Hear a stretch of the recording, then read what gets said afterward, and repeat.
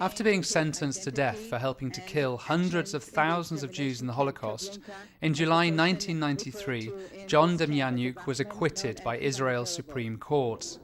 But survivors of the Polish death camp Treblinka remained convinced that Demjanjuk, originally from the Ukraine, was none other than the feared prison guard Ivan the Terrible.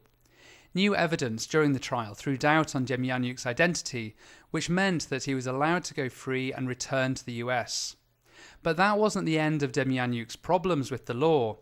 A few years later, an ID card was found proving that he had been a member of the SS, the Nazi military force which organised the Holocaust. The document also proves that he was a guard in the Polish death camp Sobibor. As a result, Demjanjuk's American nationality was confiscated and he was extradited to Germany from the US in May.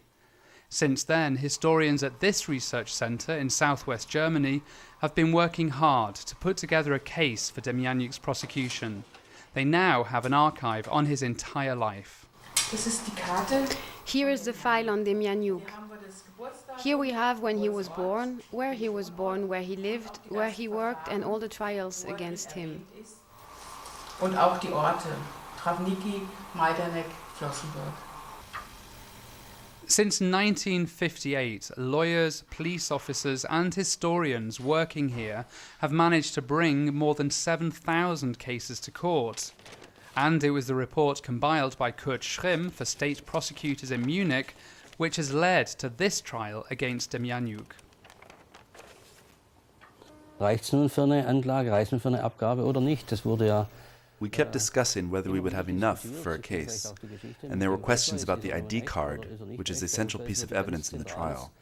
It's this which shows that Demjanjuk worked in Sobibor.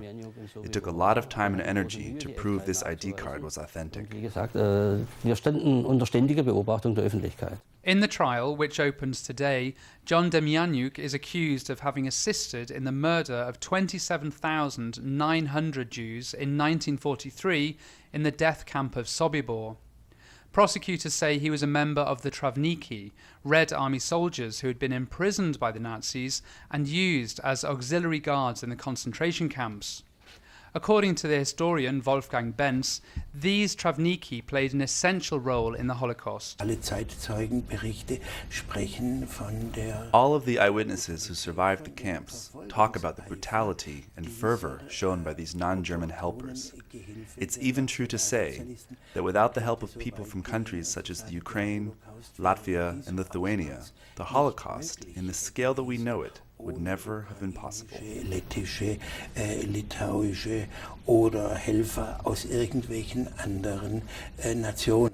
This is the first time that a non-German helper at a death camp has had to answer charges in front of a German court, but it's perhaps the last major trial of an alleged Nazi war criminal.